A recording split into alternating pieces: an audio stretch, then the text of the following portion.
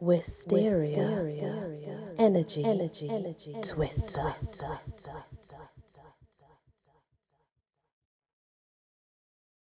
Hello everyone, welcome back to my channel and to the wonderful world of fairies.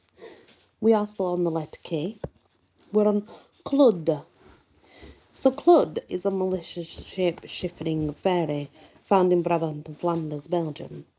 A typical pranks it will play on unsuspecting travellers will be to take on the guise of a large black dog and on its hind legs, chase its prey, or it will transform into a wonderful shade tree and as its victim, lays for a rest, suddenly grow in size, taking the mortal into the dizzying heights of the clouds. The favourite trick of the cludder is to take on the appearance of an old and starving horse. When a stable boy or groom approaches it, lures him upon its back and then runs off at a furious speed, throwing itself into a lake or river. As the person makes their way out of the water and back onto the bank, the clud lays flat on its stomach, laughing. No matter the form the clud assumes, whether it be bat, cat, crow, frog, stone, or whatever, there will always be the presence of two small blue flames before the animal. These lights are actually believed to be the creature's very eyes. Nokma Faries. Nokma Faries was the place where the fairies were believed to live. A hill with many passengers and an entrance into an underground world. In Nokma were all the people the fairies had taken over the years. Those of note were people who were said to have died of consumption, but within Nokma were enjoying good health. The sick person was taken, body and soul, into fairyland, where their health was restored. It was believed the palace of Finvara, fairy king of Connaught, resided there. We're not going to do knockers because, as you remember, those are the mining fairies. We've already done them. Knocky Bo, or the Bo thing. Knocky Bo is a boggart from British folklore. Does seemingly nothing else but make knocking sounds from behind the wainscoting, the decorative boards or panelling that extended partway up the wall of a home. So if you have panels on your wall at home and there's knocking sounds coming from it, it could just be one of those.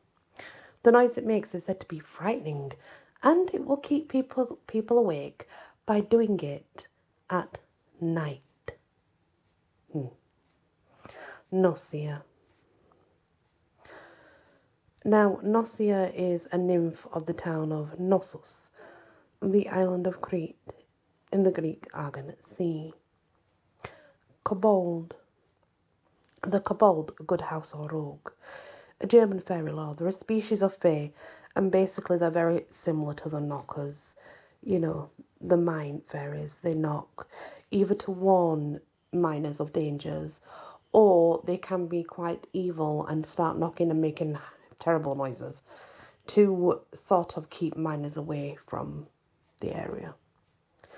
Kodin Haltia. In Finnish folklore, the Kodin Haltia is a household spirit. So remember, many spirits are actually said to be fairies.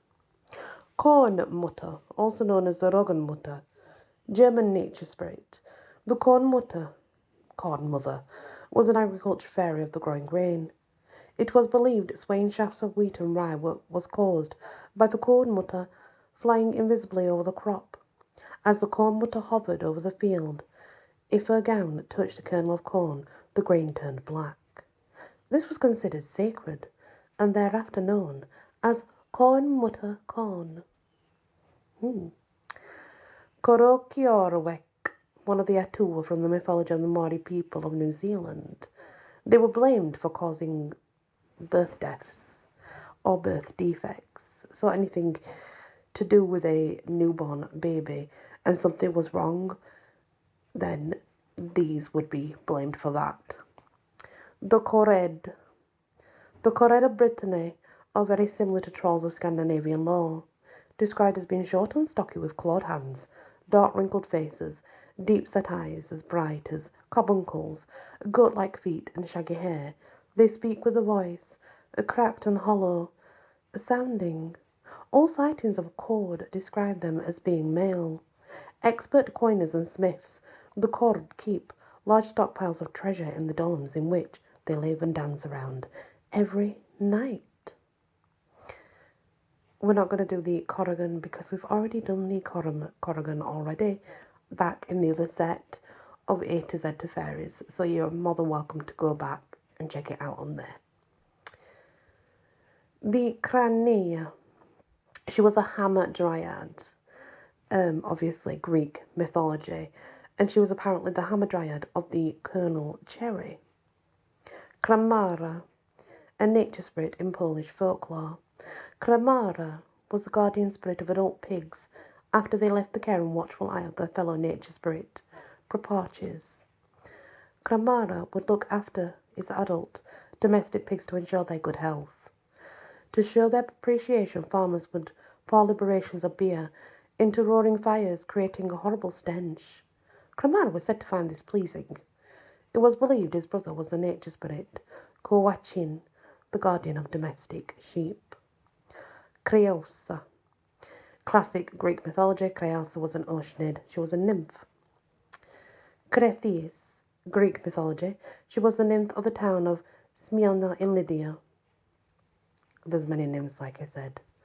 Too many. Cunnel Trow, also known as King Trows. The Cunnel Trow is a particular species of trow found in the Shetland Islands. They're only male Cunnel Trow, and to perpetuate their kind, they must take a mortal woman as a wife. These fairy beings are monogamous and mate for life, but unfortunately, their wives always die during childbirth. Perhaps this is why, as a species, they are all morose in nature. Para. Greek mythology, a nymph of the spring in Sicily. Couperin. Couperin was a giant and an ally of the dragon in the Middle German epic poem, the Song of the Nibelungs. Living high up in the mountains with the dragon, Couperin is the guardian of the only sword by which the dragon can be slain and commands a legion of giants as well. Bearing a shield a foot thick and hardened with dragon's blood, Couperin does battle against the hero Siegfried. He wore gilded armour, a helm that increased his strength, and wielded a four-cornered club razor-sharp at every angle. It has been speculated Couperin and the dragon of the poem are in fact the same character, as they never appear in the same place at the same time, although the hero of the poem, Siegfried, does battle and kill each in turn. Cora, a nymph from the mythology of the North African Berber. Cora was the guardian of a spring in Syrian, the location of which is where the plant, the silphium, came from, a herbal aphrodisiac and contraceptive. In art, she is often depicted as slaying very large beasts. The Curupira. In the mythology of the Guarani people of Argentina, Bolivia, Brazil, and Paraguay, the nature spirit known as a Curupira was born one of the 7 monstrous children of Tao and Querana. Described as being hairy, short, and ugly with backward-facing feet, lives in the jungle and acts as its protector. Very known to attack, oftentimes kill greedy hunters that take more than they need to or do not show the woods proper respect. At one time, in addition to being considered the Lord of the Wilderness, Curupira was also referred to as a fertility spirit, as he has an enormous prehensile penis he wraps around his waist like a belt. Dear Lord, that is now in my brain. What the heck? I'm just going to carry on. The Kowachin, the nature spirit in Polish folklore. The Kowachin was the guardian spirit of adult domestic sheep, obviously like the other one who looked after the pigs, of course. Kailen, also known as even though it's a K, it has been known to be pronounced as Selene. In Greek mythology, Helen was the mountain nymph of the region in Arcadia, and she was born daughter of Neis. She was a nurse of the infant god Hermes, also known as Mercury. Kaimo, a sea nymph, she was a Nereid in classical Greek mythology. Kyrene, a nymph of Greek colony in Libya, North Africa. Apparently she was a naiad who successfully wrestled a deadly lion who had been plaguing her father's lands. She was depicted in art as holding the head of a lion. And that brings us to the end of our wonderful Fairies in K. Definitely interesting indeed, and that image that I've now got in my head, my days, but yeah. Thank you so much for listening, guys. Please hit that like, share if you can. If you've not yet subscribed, please consider doing so. Many blessings. Wysteria. Energy. Twister.